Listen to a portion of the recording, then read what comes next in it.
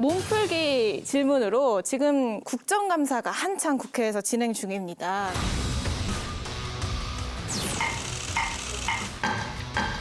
안 보라고 하는 것은 아니, 종합적인 상황을 주관적인데. 고려해야 돼.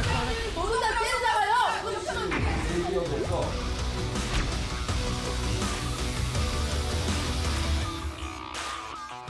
지금까지 진행된 국정감사를 좀 한마디로 여쭤보겠습니다. 일단 이영수 의원님. 지금까지 진행된 거는 사실 뭐 여러 위원회에서 사실 치열하게 옳고 그름을 좀 따지기도 하고 예. 좀 파열음이 좀 일어나죠. 그래서 저는 국감은 정쟁 말고 민생, 국회가 본연의 업무, 헌법적 권한을 가지고 행정부를 잘 감시 감독하는 그런 시간이 됐으면 하는 바람입니다. 너무 교과서적인. 저희가 우리 민주당 의원님들이랑 좀 얘기를 나눠봤는데 정부 측 그 답변자들, 장관이라든지 정부 측 인사들이 심각하게 조금 뭐라고 할까 나태하다고 할까요? 제가 예를 들어서 국토부의 원희룡 장관하고 붙었었는데 평소 같으면 원희룡 장관이 굉장히 강하게 반발을 했을 텐데 이번에 의외로 안 그러시더라고요. 그런데 저는 뭐 국토위만의 문제인 줄 알았더니 다른 상임위에서도 비슷한 양상이 지금 벌어졌다라고 해서 이번에 무슨 새로운 또 좀 전략을 갖고 나오신 게 아닌가 이렇게 생각하는데 아마 수석님이 잘 알고 계실지도 모르겠습니다. 나태한 전략인가요? 모르겠습니다만 이렇게 좀 강하게 부딪히지 않으시더라고요, 의외로. 사실 이제 국정감사라는 거는 특히 여당보다는 아무래도 야당의 시간이죠. 네. 야당 의원님들이 이제 매섭게 질타를 하는데 거기에 너무 장관들이 나 잘했다고 이렇게 달려들면 매만 벌거든요. 그래서 적절한 수준에서 답변하고 궁금증 해소해드리고 충분히 예의를 갖춰야 된다는 생각을 가지고요. 정확히 말하면 김빼기 그런 것 같습니다. 조금 전반적으로 한 1년 6개월이 지나면서 전반적으로 이제 내각 자체에 조금 물이 좀 새고 있는 것이 아닌가 뭐 이런 생각도 좀 들었습니다. 김빼기 플러스 물새기. 예, 조금 이제 요새 말대로 텐션이 좀 많이 빠진 것이 아닌가. 꼭 좀 청와대, 용산에 좀 보고를 해주십시오. 용산에 내가 뭐로 보고를 해요. 야당 의원님들의 이제 매서운 질책에 정신이 번쩍 들겠죠. 충분히 몸풀기가 된 것 같으니까 본격적으로 판도라 상자를 열어보도록 하겠습니다. 먼저 이양수 의원이 준비해온 판도라부터 열어주시죠.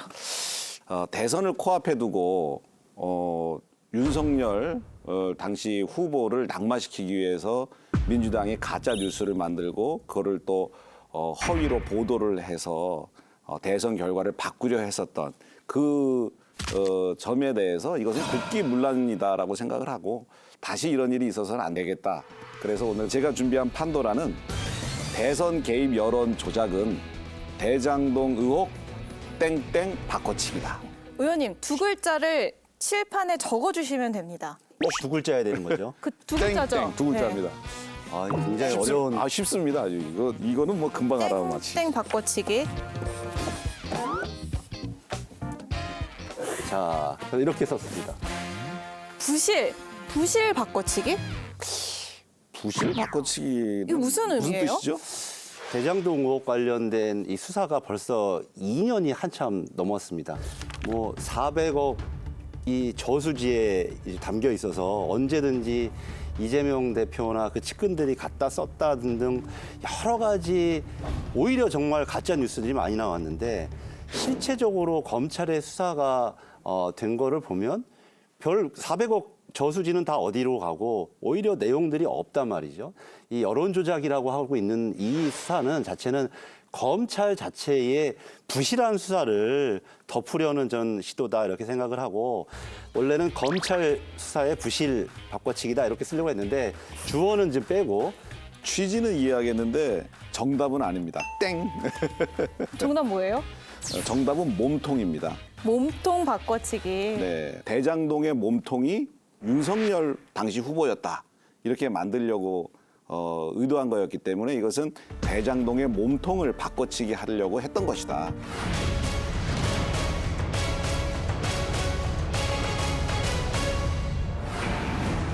국회의원을 간 민주당 김병욱 의원실에 검사와 수사관들이 들어섭니다.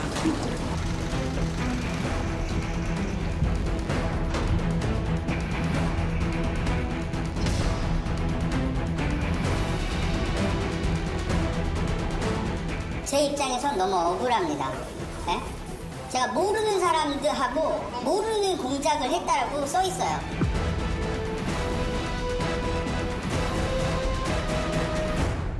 판도라 열어주신 이양수 의원님, 이 녹취록이 어떻게 조작됐고 어떤 내용인지 좀 설명 부탁드려요.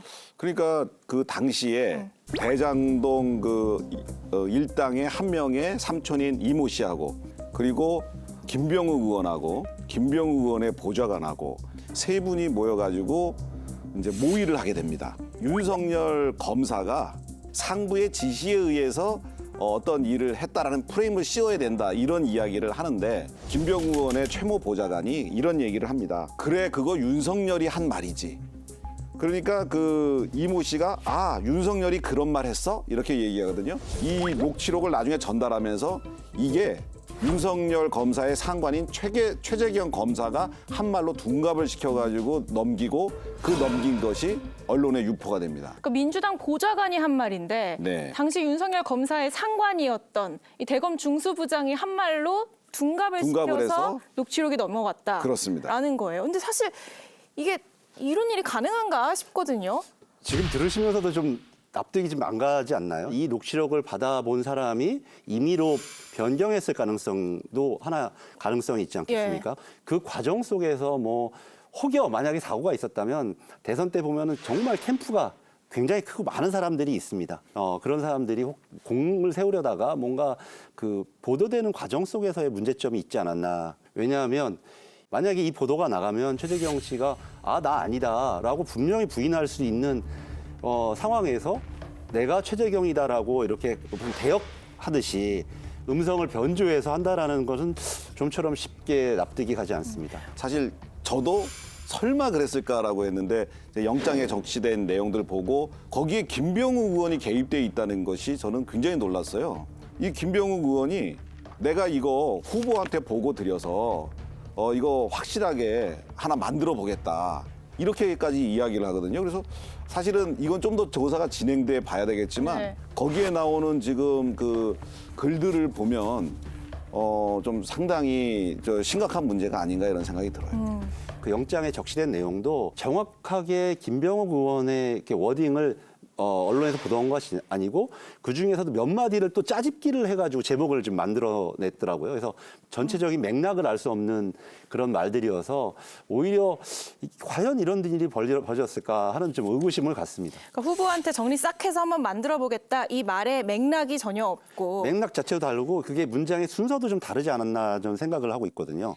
김병욱 의원은 세 사람이 만난 건 맞는데 허위 보도에 대해서는 모르겠다라는 입장이에요. 근데 이제 이해가 안 가는 것이 영장이 청구돼서 압수수색을 들어갔다는 거죠. 사실 영장 청구나 압수수색 이런 것들이 쉽게 이루어지는 것은 아니거든요. 어떤 혐의점이 발견됐을 때 사법부에서 이제 영장이 나가는 거기 때문에. 이 사건이 주목을 받는 건 김병욱 의원이 이 대표의 최측근 그룹이라고 할 수 있는 7인의 멤버고 또 대선 캠프의 핵심 역할을 맡았던 분이다 보니 이 수사 그럼 결국 이재명 대표 당시 대선 캠프를 향하는 거 아니냐 이런 관측. 7인회 분들이 들으면 섭섭할지 모르지만 7인회가 다 핵심은 아닙니다. 아 그런가요? 김병욱 의원이 이제 오랫동안 지인이다 보니까 그런 평가를 받으시는데 지난번 기각 결정 이후 다시 또 검찰이 이재명 대표까지 엮어 넣으려고 하는 정치 공작에 나아가지 않을까. 이 김병욱 의원의 이 개입이라든지 저는 없었다고 단언합니다. 저도 제발 그러기를 바라요. 그 진짜 만약에 이재명 그 후보의 캠프가 그리고 민주당이 여기에 직접적으로 개입이 됐다고 그러면 이건 정말 어마어마한 사건이기 때문에 정말 더도 말고 덜도 말고 명확하게 밝혀주시면 좋을 것 같아요. 다음 이슈 좀 넘어가 보면 지금 국회에서 국정감사가 한창이죠. 법사위 국감 이번에도 또 화제였습니다. 유죄를 확정적으로 말씀하셨습니다. 맞습니까? 야당 대표를 구속하겠다는 취지인데 저 정도 자신도 없어도 되겠습니까? 확신했다는 얘기잖아요. 검찰 입장이 저겁니다. 저는 검찰 입장을 대신 말씀드리죠. 제가 봤을 때 확증 편향을 갖고 계신 거예요. 위원님이야말로 죄가 없다는 확증판을 갖고 계신 거 아닙니까? 그러니까 계속 또 질문한다. 아니요, 질문이 아닙니다. 질문을 답변입니다. 제가 합니다. 답변을 드리는 네. 거예요. 그러니까 김경수 전 지사라든가 오거돈 시장, 안희정 지사, 김은경 장관 다 영장 기각됐었지만 실제로 중형받고 수감됐다는 점 말씀드립니다.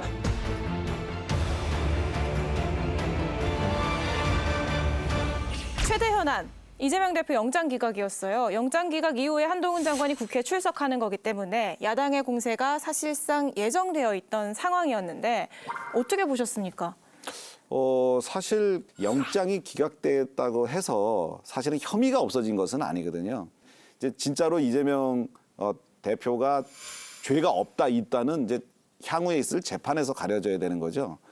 그렇기 때문에 한동훈 장관 입장에서는 어떻게든 좀 구속을 시켜서 좀 실체적 진실을 좀 더 확실하게 밝히고 싶었는데 그렇게 못한 거잖아요.